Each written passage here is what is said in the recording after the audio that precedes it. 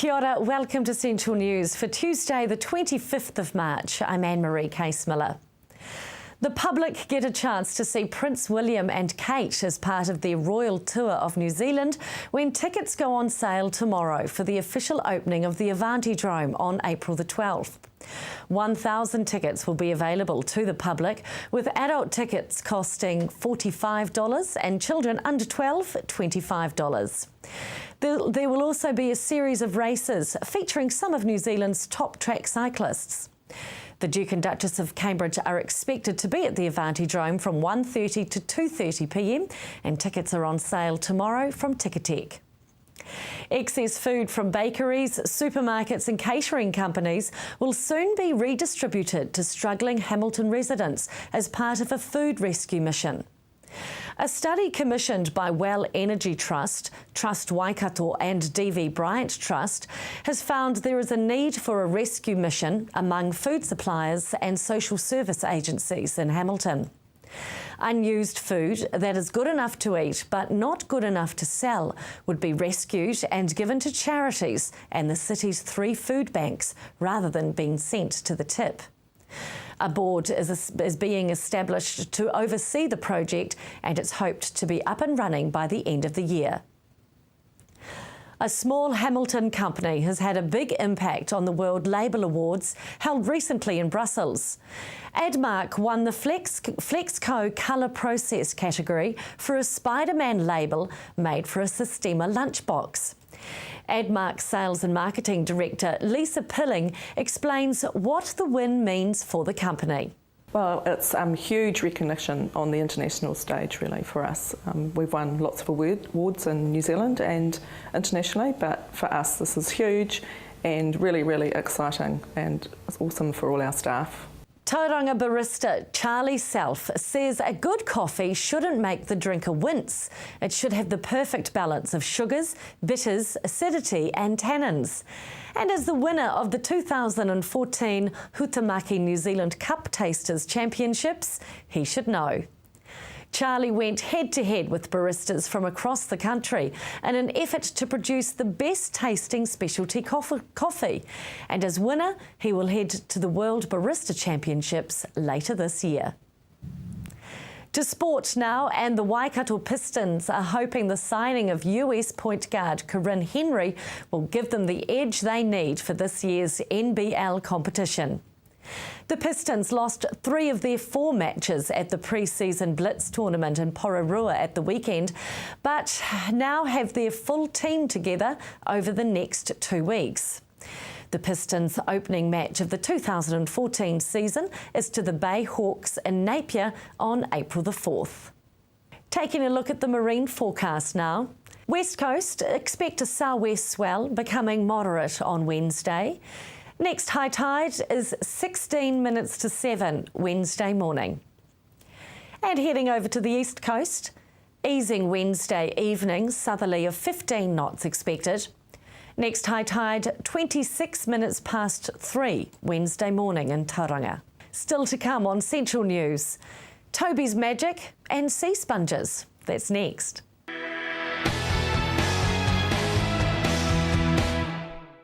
Kia ora, welcome back to Central News. Collecting sea sponges off the bottom of the Bay of Plenty Ocean is not your average master's student research, but for Sam McCormick, it could lead to a new cancer-curing drug. Hilary headed along to find out more. Yes, between 1986 and 1989, the US National Cancer Institute funded the University of Canterbury to have a look at marine diversity in shallow water around New Zealand, so the sort of coastal area, to see whether there are any species that might have traces of anti-tumour active compounds in them.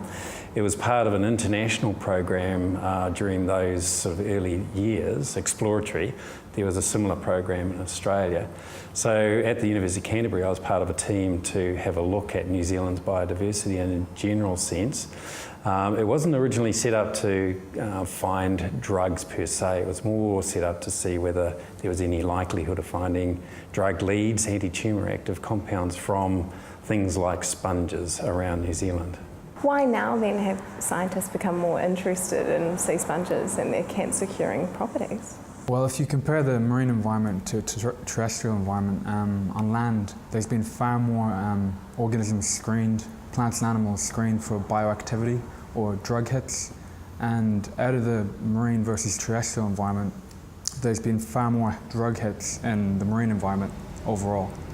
What is it about sea sponges that make them so similar to humans that they can be used in that way? That's the best question there is. It's because they're the oldest living multicellular organism, they're sort of the precursor to everything else that we would consider an animal. They are an animal. But as you might know, the sponge is looking like a pretty, amorphous blob on a rock, for instance. If something happens to it, it can't get up and run away. So what they've evolved over some 800 million years is a very clever chemistry. And it just so happens that chemistry leads to interesting drug leads, in cancer in particular. Just so happens also that New Zealand sponges seem to have a very high incidence of that, with a drug now out there, which was facilitated from a New Zealand lead, and 2 others which are in late phase preclinical trial now. Do we know why New Zealand? Yeah, once again, a good question. Part of it is to do with how they were sampled in the first place. So our involvement, for instance, in that early discovery phase in the 80s, we were marine biologists, and so we were looking at the reason for drugs being there in the first place from the sponge's point of view, if you like, and of course it's their own defence. So we targeted the sorts of things that we knew were likely to generate leads. The other reason is that New Zealand has a very high level of uniqueness in its biodiversity. Very similar to on land, in the sea it's the same. Could we potentially then be looking at farming sea sponge for pharmaceutical use? We could. It's usually a very short-term exercise because there is a gap between when you've made a discovery to the point that you need to prove it up as a drug and put it into the clinic, which means to apply it to humans and see how effective it is. And that costs up to $800 million to run a drug right the way through the clinic. So before they invest that money, drug companies, they need enough of the original discovery, if you like, to be able to try it out on, in cell lines and things like that. To generate that is where aquaculture can come in. So, for instance, from a marine lead that's an anti-tumour active, you need about a tonne wet weight of the organism to generate a gram of the purified compound. And it just so happens that aquaculture can do that, and that's where New Zealand's led the charge. All of the leads pretty much from here have been cultured in one way or another to generate enough compound to take it through into the clinic.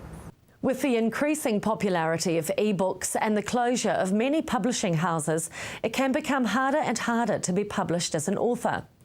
A group of independent authors and small presses have joined forces to celebrate independence this March. Hilary went to the Tauranga City Library and spoke with some local authors about their books. My book, Closing the Gap and Other Stories, is a collection of 24 short stories about everything and anything to do with life. How did you find the publishing process? Pretty daunting. Don't see how it could be done without a mentor and somebody experienced taking you along the path, so to speak, and obviously Jenny is that mentor for me, and she was my editor as well. But yeah, a pretty tough thing to do, I think, if you've never done it before. And Nancy, tell me a little bit about your book. Well, mine is also a collection of short stories, and the title, Sinners and Other Saints, doesn't imply a religious connection, but it's more to my family. They might have been viewed as sinners to most people, but in my eyes they were like saints because they were very good to me and kind to people that they met. How did you find the publishing process? Well, I found it really tough. And if it wasn't for the help of my husband and editor friend in Ontario, and Jenny, of course, I don't think it would have happened, to be honest with you, because it's very difficult and it took years. even though it's just a small book, it took forever to write, and it goes back a long way through my life, and some very sad stories, but also I really wanted the humor in it that happens in everyday life situations. And this is your first book, so what inspired you to write it and get started? I think once I retired from being a realtor, I was sort of interested in doing something a little bit different. And I had taken writing courses where I'm from in Kelowna, British Columbia, and started to do a collection just for myself. I wasn't thinking of a book when I started.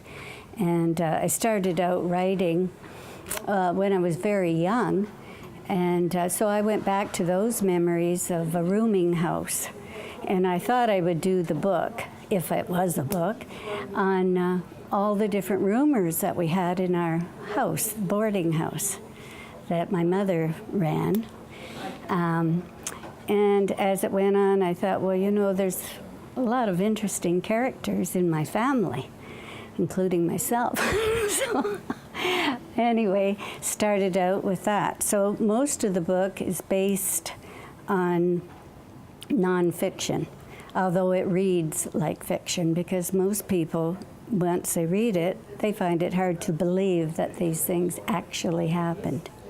Both books are available on Amazon. Still to come, we catch up with Hilary Webber from the Dairy Women's Network. And next on Central News, we speak with Jackie Dale as she fundraises for Toby's Magic.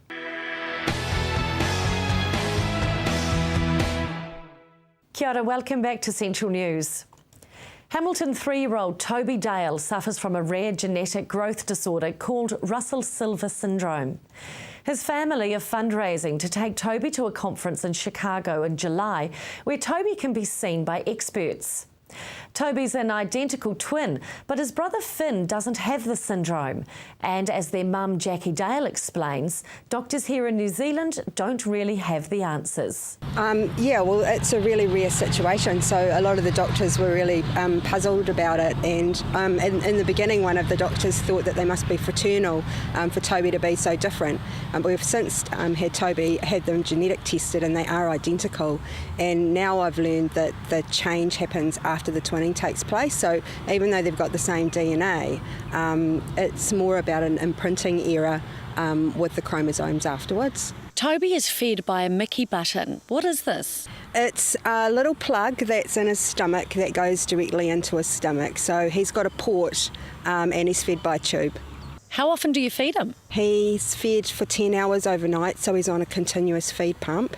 And during the day, he's got a little backpack and we feed him 3 times a day. It takes an hour to run the feed through because he's so intolerant of volume in his stomach that we have to do it very slowly. Are there any medications that could help Toby? Yep, he's on several medications at the moment for reflux and delayed gastric emptying, so his stomach doesn't empty quick enough and he's always feeling full. Overseas and in America, there's medications that are used for Russell-Silver syndrome that aren't used in New Zealand. They use an appetite stimulant, which seems to work really well. It's not funded in New Zealand and they don't use it for Russell-Silver. And also growth hormone therapy. There's lots of evidence that it really helps Russell-Silver syndrome children not only grow, but also help them with their appetite, their immunity, their bone density, and more. Tell me about the Magic Foundation conference in Chicago. Why is it so important to take Toby? All the Russell-Silver syndrome experts are over there. I've joined the Magic Foundation a year ago. Magic stands for Major Aspects of Growth in Children. They've taught me so much. They've helped me network with other families all over the world with children with Russell-Silver syndrome, and we have an opportunity for Toby to see the world's top specialists when we're over there, as well as for me to learn a lot more about how I can help him. It seems to be really important that he needs to see these people before he turns 4 because treatment needs to start early. You're fundraising to get Toby to the Magic Foundation conference. Tell me about this. We have a Give a Little site, Toby's Magic. We have a Facebook page and we're holding a massive online auction on Trade Me as well, so we're asking for things to donate to sell. For more details or to donate, go to facebook.com/Toby's Magic. At the end of the month, a delegation from Tauranga City Council will head to the east to discuss economic benefits with sister city Hitachi. Hilary found out from Councillor Matthew Cowley what sister city means.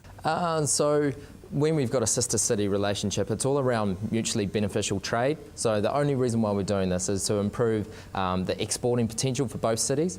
So like I said before, when you're trying to do business with Japan or China, it helps if you've got friends over there. So by having the mayor go over and meet with his friend, the other mayor, it helps that communication. So the whole sister city is around facilitating that business validation, getting a gateway into that market. So yeah, it needs to work out for both of us. How did that relationship come about? I mean, are we like them? Yes, they are both port cities. Same with Yantai. That actually started off because the Port of Tauranga had a strong relationship with the Port of Yantai. So hence why we're looking to further reach an agreement between the two. With Hitachi, we're still receiving a lot of students from the high schools there, and that's just been ongoing. A lot of our high school students go over to there as well. We actually had 80 students here in these council chambers, which was quite funny. They put me on the spot around Japanese pop culture. So anyway, when we're going over there, I think we're looking to develop those relationships a lot more. So, but yeah, with trade being the number one. While over there, the delegation hopes to promote Tauranga as an international education destination. What do we have here in Tauranga that other cities in New Zealand don't have? And see, we've got, just looking at the way the economy is built up, we've got incredibly close proximity to the primary sector and the raw materials and of course the gateway to the port. So in terms of seeing how this economy runs, it's like an ecosystem, a petri dish for students to be able to dissect, analyse. So we're going to receive the benefits of that, working with Priority One to make sure that logic and that incredibly good science research that they're developing out of this, we're going to benefit from that research as well. So that's why we're sharing the students, especially in Yantai. They send their students all around the world, but they really want to come to Tauranga, and that says great things about Tauranga. And you will be looking at possibly importing sake? Not us, not Tauranga City Council. We are going over there. Once again, it's about trade and it's about providing that facilitation role for local businesses to be able to have that discussion. So obviously that's a business between a local business and exporter-importer relationship there. So that's up to them to sort out. But we're just going there to provide that communication, that opportunity for them to maximise. And obviously tasting a little bit of the sake? Yeah, it's all about the local cuisine, and we've got to go there, immerse in the culture. I'm looking forward to it. The mayor's already signed me up to a 10K running race in Hitachi, so I got dropped in that with when the 80 students were here, and so that was quite fascinating. But it's all part of the Blossom Festival, which is really big in Hitachi, so we're looking forward to going to that. Up next on Central News, we catch up with Hilary Weber from the Dairy Women's Network.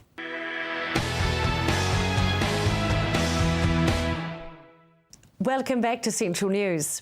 The Dairy Women's Network began in 1998 as an email network. It's now a national organisation with 5,000 members. Co-founder and board member Hilary Weber spoke with me recently about the major changes over the years. Oh, the changes have been huge, and you've got to remember that back in 1998, an email network organisation for dairy women was just quite innovative. People didn't talk by emails. Meetings for women in dairying were held as tea and coffee chats, tea and scones chats around New Zealand. So we set a new standard in terms of the organisation. So it started from small beginnings. We started with a conference and an email network, and then we had about 300 mainly Waikato-based women in our organisation, and that was in 1998. And in the year 2002, I took over as chair, and that's when we decided to make it a national organisation because it was so successful in the Waikato. And so we extended it right over the whole of New Zealand, introduced regional groups, introduced dairy days, introduced more conferences and business-oriented discussion for dairy women.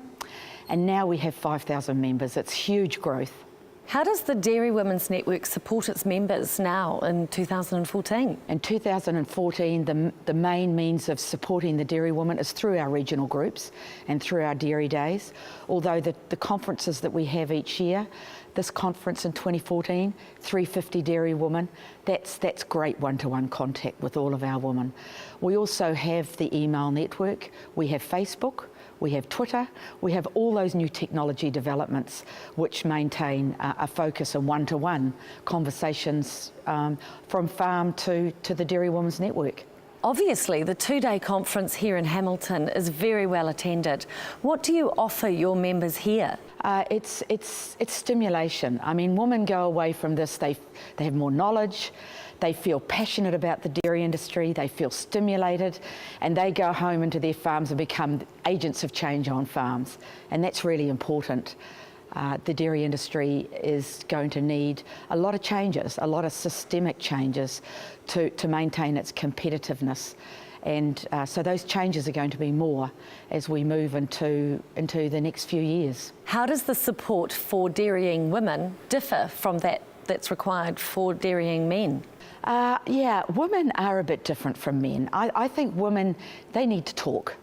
And they need to network, they need to discuss. Whereas, I don't know about the guys, they seem to be quite individual creatures at times, although we have had numerous instances where the guys have said to us, I want to attend that because it sounds great. You can find out more about the Dairy Women's Network at dwn.co.nz. Taking a look at the weather for the Waikato now for Wednesday.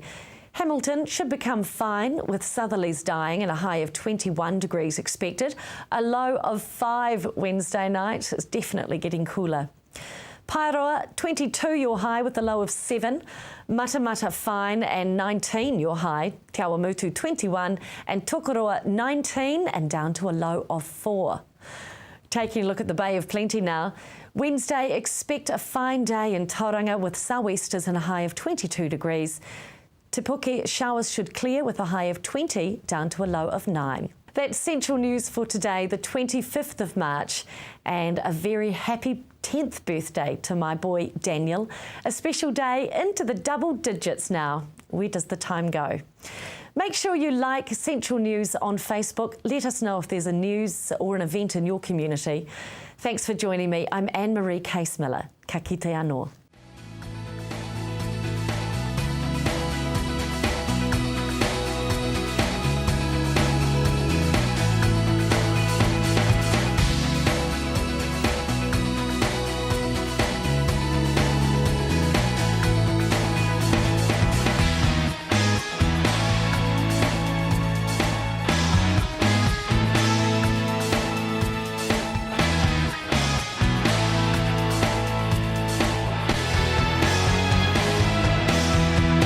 This has been an Alpha Media production, a division of Television Media Group. Supporting local content so you can see more of New Zealand on air.